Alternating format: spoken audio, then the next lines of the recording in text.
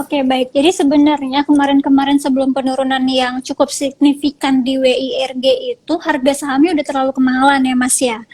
Jadi Ya, investor yang menyadari hal itu mendingan taking profit dulu dan sebenarnya secara teknikal WIRG ini bukannya buruk, tapi hanya menunggu mungkin momentum benar-benar harga saham naik sesuai dengan kinerja perusahaannya ya Mas Rio.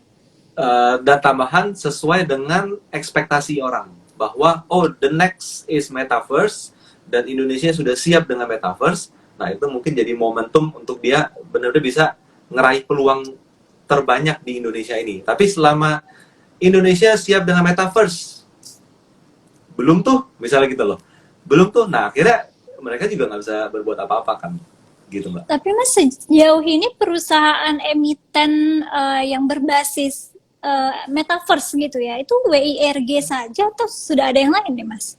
Hmm, kelihatannya kalau secara supportingnya ya hanya di WRG ya, WIRG, setahu saya. berarti WRG. boleh nih sobat investor di koleksi, nggak tahu kita kan 10 sampai 15 tahun ke depan, mumpung harganya murah loh.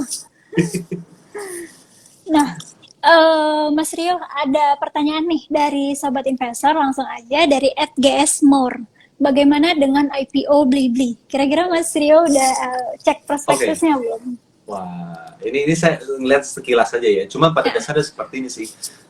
Digital stock, digital company pasti persaingannya juga ketat ya. Persaingan ketat, apalagi dia juga melawan Tokopedia. Dan kita tahu bahwa teman-teman bisa lihat sendiri kalau belanja lebih banyak belanja di mana? Di Tokped atau misalnya di Blibli gitu. Saya sebut merek karena ini emiten ya, sama-sama emiten. Nah, tapi yang menarik, jadi gini, sentimen sentimen digital di Indonesia udah low banget dalam arti udah nggak nge-hype gitu. Hype-nya adalah batu bara, contohnya seperti itu. Nah, tapi yang perlu kita bayangkan di sini adalah kalau bicara Blibli, artikel dari tiket.com dan itu kan dalam naungan grup besar tuh, terbesar di Indonesia kan seperti itu. Mereka pasti punya otoritas untuk bawahnya untuk pakai gitu, untuk Oke. pakai. Jadi kayak misalnya contoh nih ya, BCA. Kalau mau traveling manajemen karyawan segala macam itu ada tiket.com, berapa banyak usernya gitu kan, dikasih promo.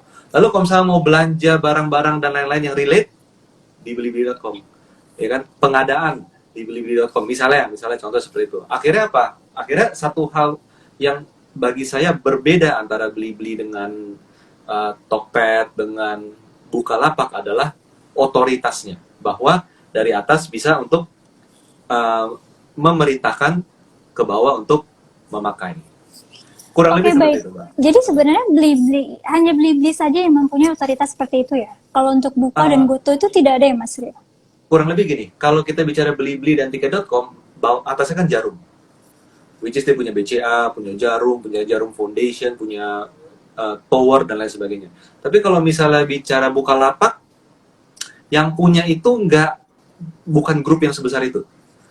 Dengan karyawan yang nggak sebanyak itu. Dan Gojek Tokopedia pun juga rasanya nggak punya otoritas apa namanya yang sangat kuat seperti di Blibli. Jadi bagi saya, yes, pada akhirnya semua akan lihat numbers, akan melihat profitnya gimana sih gitu loh, kompetisi seperti apa. Tapi di sisi lain yang menarik dari Blibli adalah grupnya itu yang besar gitu loh. Terus terkait Blibli nih Mas Rio kan terpampang jelas ya di prospektusnya sebagian besar uangnya digunakan untuk pembayaran utang meskipun ke bank tersebut juga gitu. Apakah itu akan mempengaruhi nilai ketika nanti listing IPO? Iya, kalau IPO membayar utang memang nggak semenarik IPO untuk ekspansi, Mbak. Sebenarnya seperti itu. Tapi balik lagi dengan kondisi grup yang seperti itu, mereka mungkin memobilisasi bisnis yang mungkin lebih solid dari sisi banknya, dari sisi beli-belinya, dari sisi grupnya dan lain sebagainya. Dan kita kan tahu track record mereka itu kan lebih ke arah konvensional kan ya, lebih ke arah konvensional. Which is itu harusnya akan jadi salah satu positive selling point di beli-beli dibandingkan yang lainnya.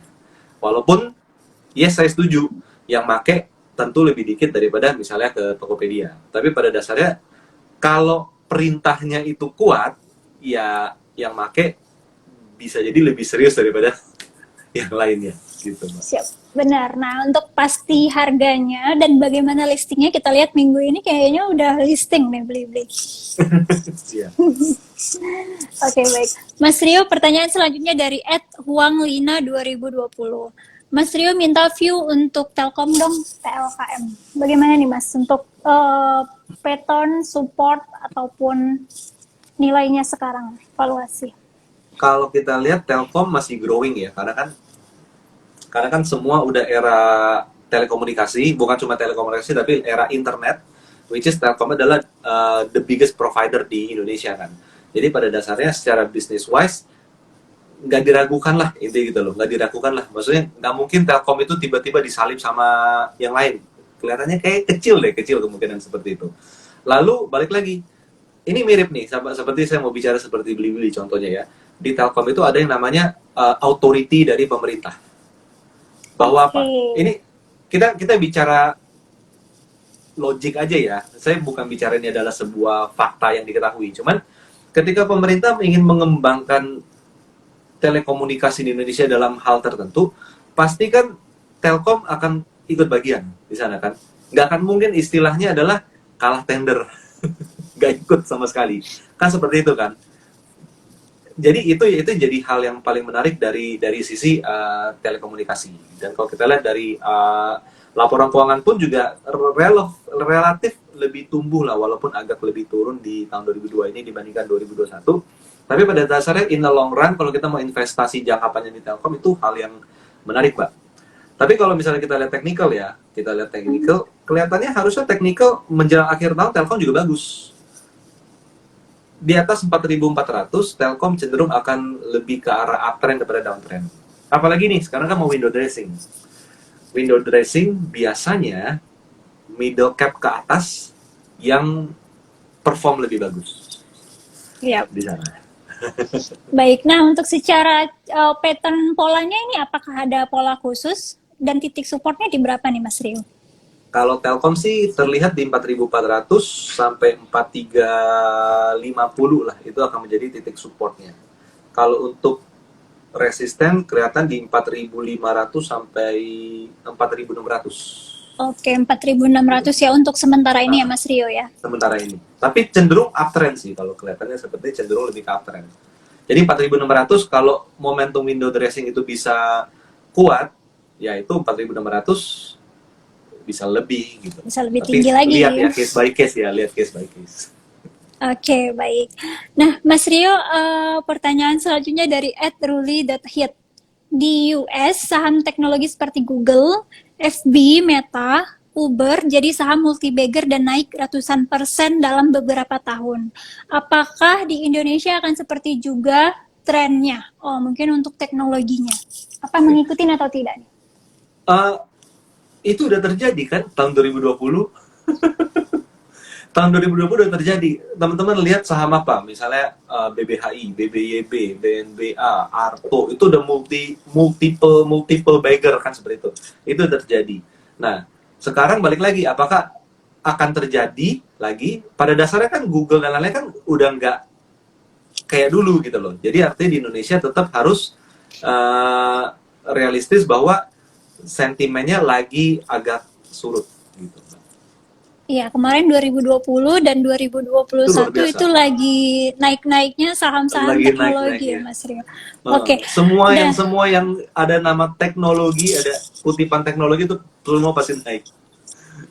Ya, baik. Nah, atau mungkin yang dimaksud dengan sobat investor tadi, dia melihat prospektusnya nih, Mas Rio. Jadi kayak Facebook, kayak Amazon, kayak Google, dia tidak bertahan di titik-titik rendah, tapi dia grow up nih sampai beberapa tahun ke depan. Apakah teknologi kita, terutama kayak startup unicorn tadi, Goto ataupun Buka, ada prospek untuk seperti itu tuh, Mas?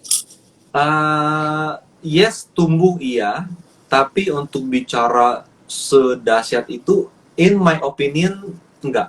Karena apa? Google, dia nggak beroperasi di Amerika doang kan?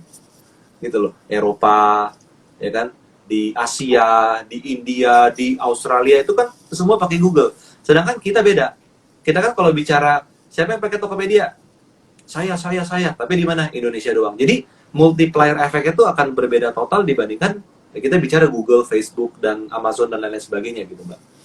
Yes, setuju mereka akan berkembang, tapi kalau bicara apakah akan seperti mereka, skalanya pasti ya kalah jauh sebenarnya. Berbeda ya, masih skala berbeda ya Mas Rio. Skala Baik. berbeda.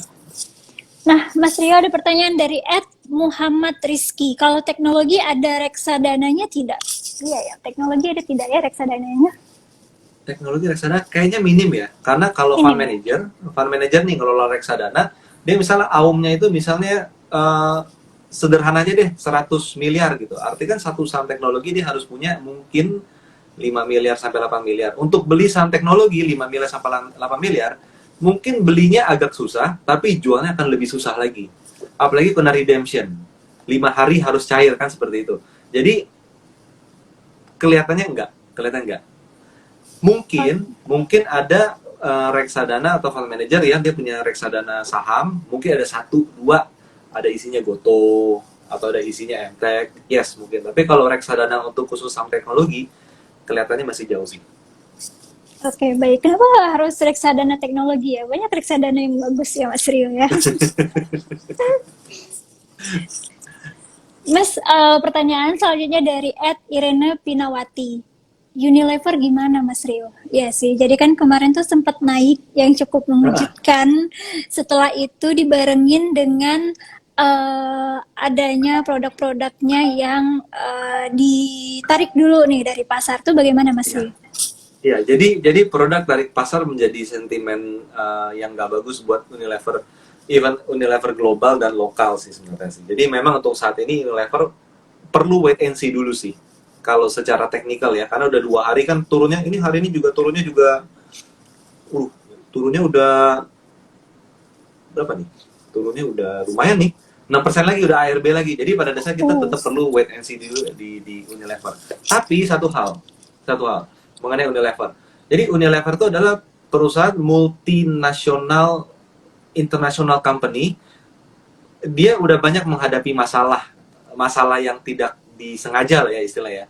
Masalah ataupun krisis di berbagai negara. Di Indonesia krisis ada dia, di India krisis ada dia, di mana di China misalnya krisis ada dia. Jadi dia udah punya pengalaman seperti itu. Jadi pada dasarnya bagi saya in the long run Unilever tetap menjadi company yang menarik. Karena apa? Karena dia udah worldwide company gitu loh. Pengalamannya udah sangat besar. Beda sama local company. Belum pernah krisis, tiba-tiba kena krisis langsung KO kan seperti itu kan. Ada yang seperti itu. Tapi dia enggak. Ada masalah dia bisa solve, ada krisis dia bisa survive, dan pada akhirnya kalau gini nih, kalau teman-teman merasa masalah dari Unilever adalah sementara, maka ini adalah one of the best time to buy.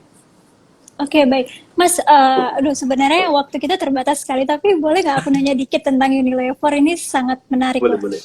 Jadi kalau kita lihat pergerakannya sebelum pandemi ini, dia signifikan naik ya secara teknikalnya.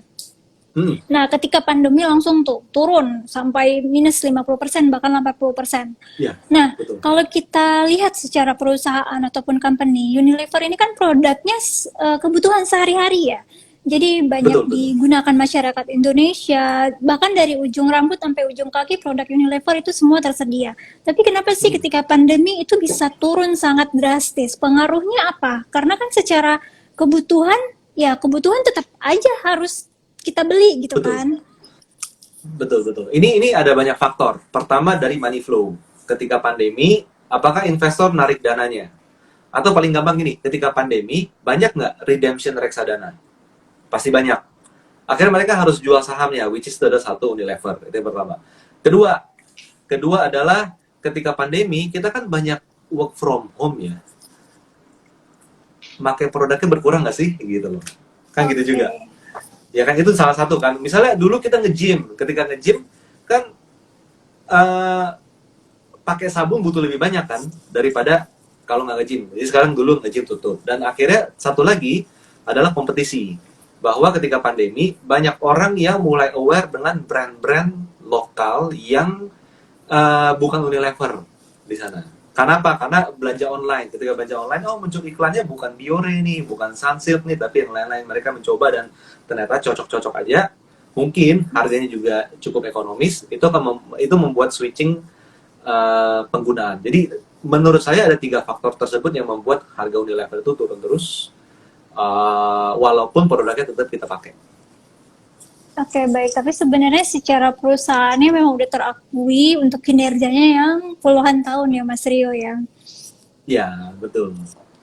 Oke, baik Mas Rio, terima kasih banyak. Terakhir Mas, minta dong tips dan trik bagi investor yang ingin mengoleksi saham sektor teknologi di portofolionya.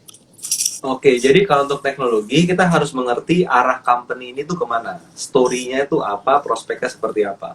Apakah prospek yang disebutkan itu masuk akal dan bisa diadaptasi oleh masyarakat kita. Karena kalau teknologi terlalu canggih dan kitanya masih senangnya yang biasa-biasa aja, ya itu hanyalah story biasa. Nah, kalau story-nya sudah oke, prospeknya masuk akal, teman-teman nggak bisa nganalisa pakai fundamental doang. Kenapa? Karena bisa jadi saham teknologi kan masih bakar uang ya, masih bakar uang. Maka kita harus bisa combine dengan technical, tapi technicalnya itu jangan yang tektok tektok jual beli cepat. Tapi technicalnya harus yang basisnya trend following. Nah, dengan demikian kita bisa melihat potensi rally sebuah saham teknologi, ditambah ada story yang menarik, tanpa kita tanpa kehilangan arah, karena kalau technical yang jangka pendek tidak bisa memberikan gambaran besar mengenai tren yang bisa berlangsung. Gitu, Mana Dit?